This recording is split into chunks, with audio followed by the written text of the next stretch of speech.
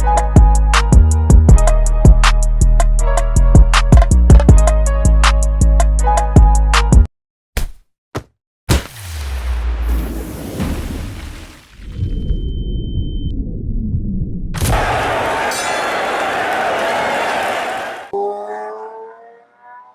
is Jermaine reporting for the Pound for Pound Boxing Show in association with One Boxing. I'm joined by Shane Mosley Jr. How you doing, Shane?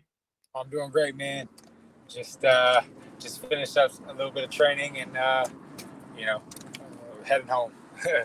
Brilliant. Shane, fight week. How are you feeling? How's training gone? Oh, I'm feeling great, man. Ready to win, man. Brilliant. Obviously, you're defending your title, your WBO, NABO middleweight title against Jason Quigley on the Haney Linares cards. Do you know much about Jason Quigley going into this fight and what danger he brings to you? I do know about Jason Quigley, and it's for the vacant one. So my last fight, I wasn't able to fight for the NABO title. It was supposed to be against Jason Quigley for the NABO belt, and when he couldn't fight because of COVID, I wasn't able to fight for the belt against Christian Olivas for whatever reason. But anyways, so this is going to be for the vacant NABO belt, and I do know about Jason Quigley, and he definitely brings the fight. He comes to fight. He's from what it seems, he punches hard, and he's a strong opponent. So we're looking forward to that. Brilliant. It's a massive show, obviously. Haney Linares, obviously Haney defending his world title against Linares, four-time weight class champion. I want to ask you, obviously, how excited are you to be on such a massive undercard? Yeah, man, it's a great undercard. I'm happy to be opening up for the female championship fight, which is great. You know what I mean? We get to open up for the ladies, which is a good thing, and I know that's going to be a great fight. And then obviously in the main event, we have Devin Haney and Jorge Linares, which is a great test for the young Devin Haney. So I'm absolutely excited for that. We all are. Yeah, we all are. Obviously, you mentioned the women's title fight. Chantal Cameron, our British Chantal Cameron, defending a world title. And obviously, you got you fighting for a massive title alongside obviously Devin Haney. It's a massive undercard, a really, really good fight on the show.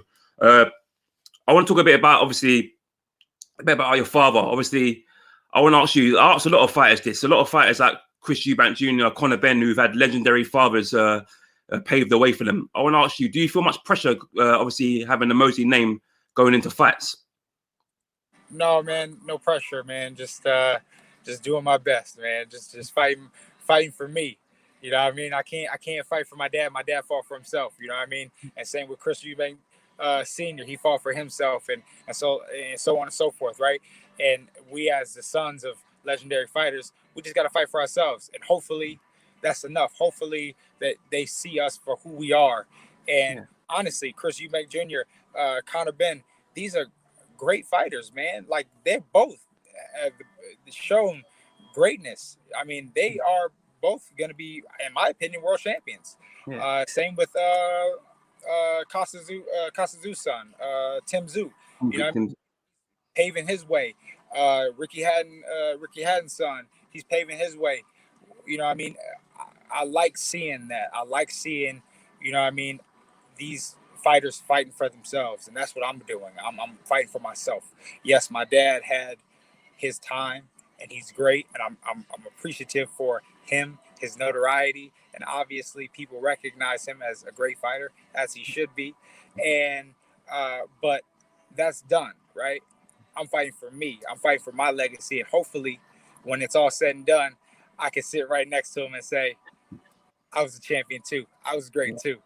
Yeah, I love that. Obviously, a lot of fighters obviously they want to pave their way. They don't want to be just known for obviously what their dad achieved in the sport. They want to be held up in their own regard by themselves. Obviously, they want to make history themselves and leave a legacy by themselves. So I love the fact that you're hungry and determined to obviously pave the way for yourself and not live off your father's name. Yeah, man. I'm making a name for myself, and obviously I've come short a few times, and it's not about that. You know what I mean? Obviously, people have criticized me for, oh, you have 3 losses and things like that, but I've come back, and I'm back in the conversation.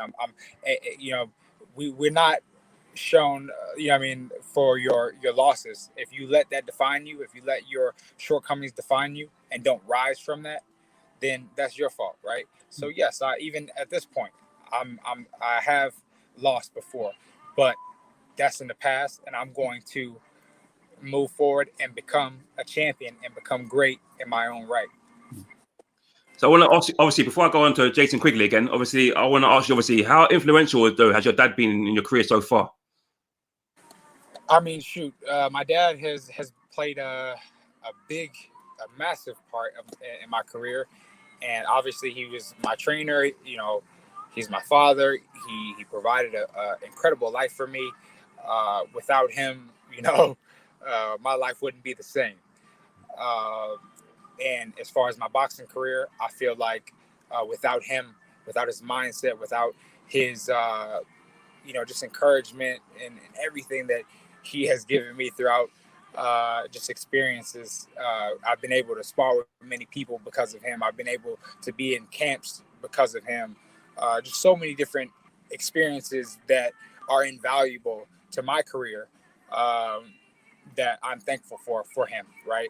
And along with, like I said, the mentality of a championship fighter. A lot of people don't get a chance to see what that's like. And I've been in many camps and I've been around many championship fighters, and I was blessed enough because of him to see that and to take from that. So I'm thankful for that. And now I'm glad to have him as a support system, as my father. I can call him and, you know, he could just check in on me and say, hey, what's up? You all right? Everything good? You know what I mean? You ready for this? Whatever the case is. And we can go on like that. And yeah, I just love that. I love that aspect of it rather than you need to be doing this, you need to be doing that. Make sure you this is, you know what I mean? I got people for that, you know what I mean? And not to say that he's not good enough because he's the best, right?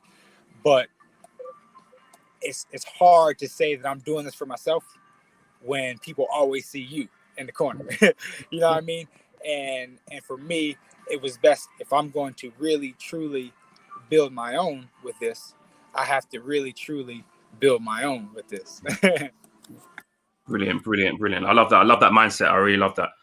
Obviously, let's talk a bit about Jason Quigley. Obviously, he's only lost it once. I want to ask you, though, what sort of strengths do you bring that you could give him the second defeat of his career?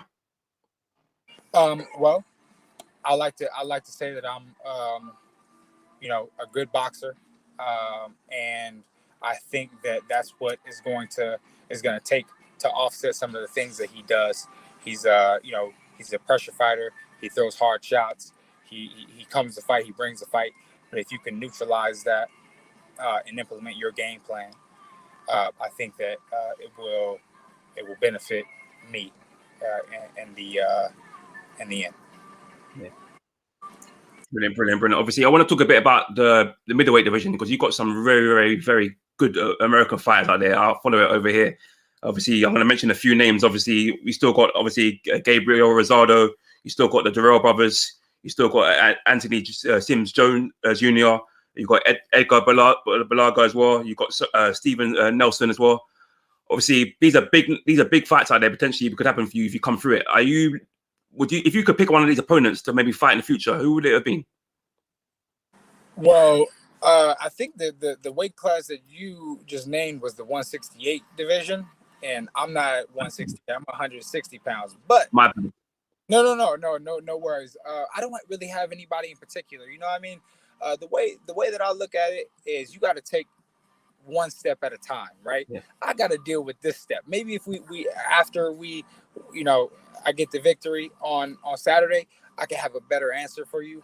But right now, my focus is Jason Quigley because Jason Quigley is a live dog. He has every ability to be a threat to me and is a threat to me. So I need to handle that threat first before I start naming anybody else. Of course, do I have desires? Do I want to be a world champion, right? So you got to go down that world championship path eventually.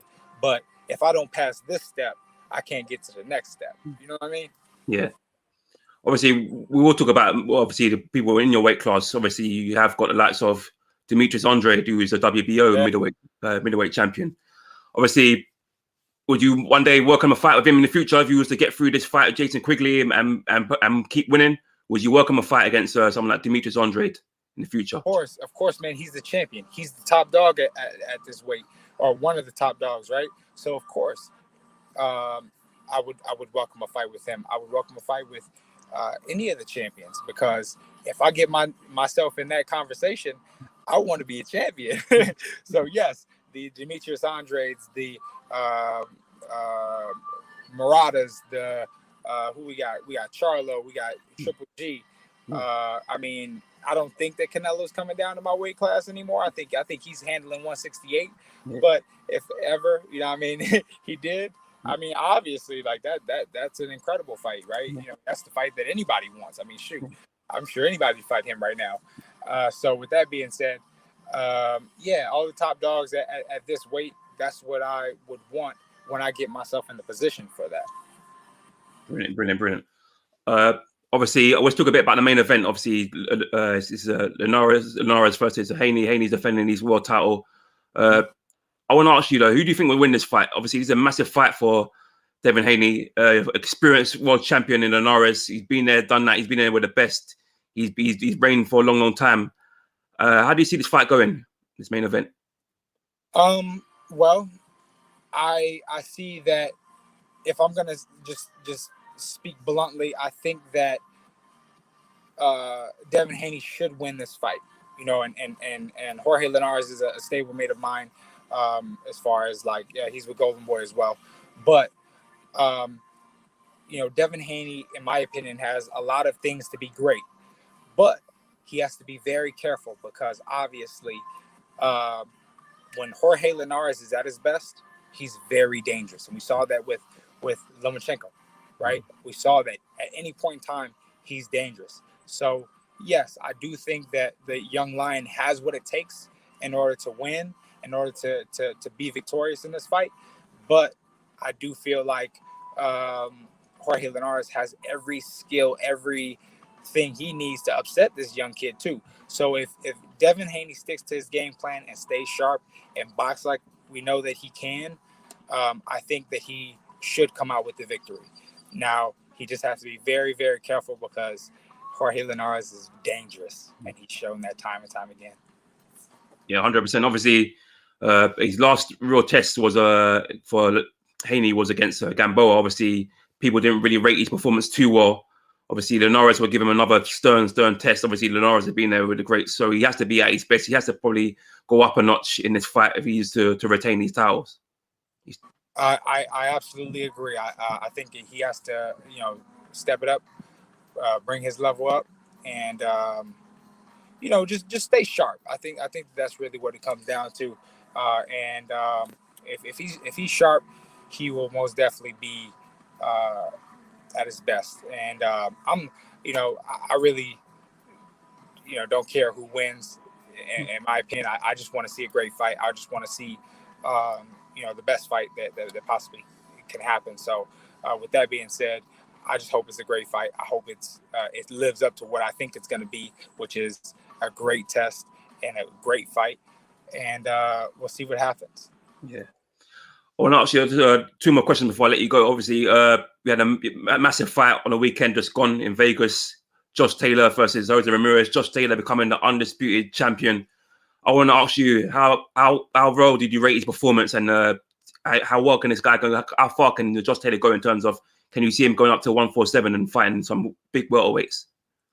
Well, I thought his performance was great. I mean, obviously, he was able to, you know, knock Ramirez down twice with incredible knockdowns, and just look great. He looked great, and you know, I was surprised. I mean, I'm not gonna lie, I was surprised and get on him, and I think that he can most definitely go up to 147 and compete and be great. If he was able to do that to Ramirez, Ramirez was, you know, also on the fence of going up to 147. I mean, he's a bit. Both of them are really, really big 140 pounders, right? So I think that they both will move up to 147 and compete at that weight class, and I think it'll be great for them. I think that the next fight is most likely going to be Josh Taylor and Crawford. Yeah, I don't think it's a bad fight, especially after what he was able to achieve. Why not? You know what I mean? You know, the 147-pound division is kind of being weird as far as the sanctioning bodies, and then we got Errol Spence tied up with, you know, with Manny Pacquiao. So obviously, you know, that fight with Errol Spence and Terence Crawford won't happen anytime soon. And the only other fight was Ugas fighting Bud Crawford, and I don't think people, you know, no disrespect to Ugas, because Ugas is a great fighter, but I don't think people want to see that fight against him and Bud Crawford, right? So I think the fight to make right now, especially because they're both on the same network, is Josh Taylor and Bud Crawford. Yeah, I mean, that'd be a fantastic fight. Two undisputed champions as well. Obviously, Bud going up to welterweight. Obviously, what he achieved at that weight as well. Fantastic achievements. And obviously, they both have so much respect for each other, both on the top rank as well. I'm sure it's easy to make that fight, and I'm sure there'll be a massive, massive fight in maybe in Las Vegas. Yeah, I mean, shoot, that could be literally anywhere. I think that fight sells out anywhere. So, you know, like I said, based upon how great these fighters are and how much support that they have, especially Josh Taylor now, you know, I mean, he's able to unify the division and be the second in his country to ever do it, right? You know, great achievement, and he's a great champion. Yeah. Brilliant. Shane, I want to ask you before I let you go, have you got a message for your fans who are going to be tuning in and watching you on Saturday night? Yeah, man, I just want to say thank you to all my fans out there. I appreciate you guys supporting me and showing love always. Thank you for watching, and Saturday's going to be a great night. Brilliant. Shane, absolute pleasure for you coming on today, and I wish you nothing but the best going into this fight on Saturday night, and I'm sure we'll speak again soon, champ. All right, brother. Thank you. Thank you, man. God bless. Take care now.